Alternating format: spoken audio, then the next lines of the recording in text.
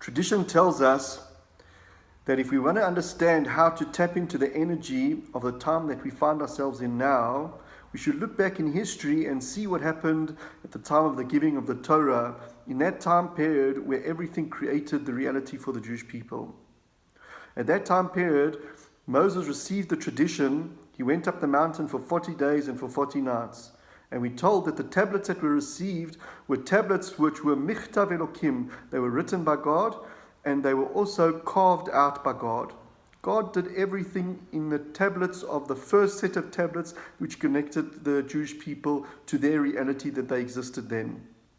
After 40 days of being on the mountain, Moses heard that the people had wavered and that they had lost what they were doing. For 40 days before they'd heard God speak to them, and now they were worshipping a calf.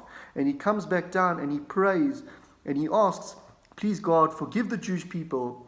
Forgive the fact that they are sinners, that they've done something wrong. They want to connect back to you. They want to be able to do it. Will you accept our prayers? And Moses prayed and prayed.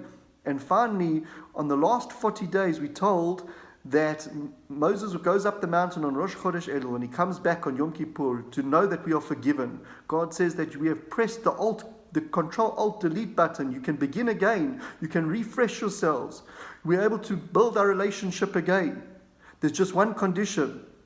Now it starts with Psal lecha shnei luchos kavonim karishonim.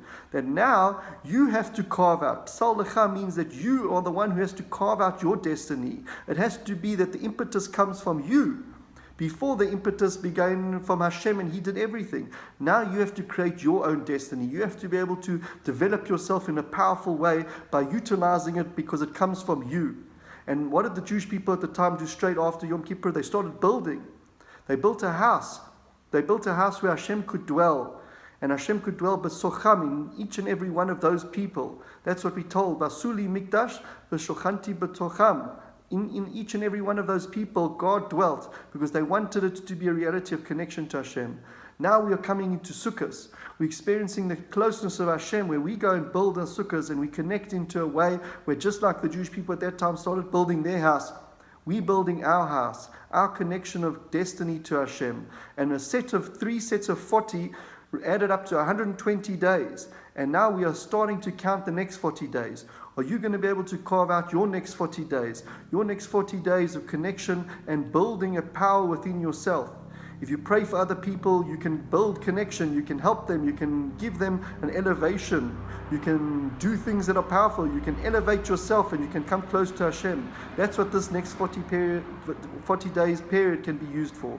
So please God, you should use it. It should be with bracha, it should be with hatzlacha, and Hashem should bless us all to always know that we can live up to our potential in a real and powerful way.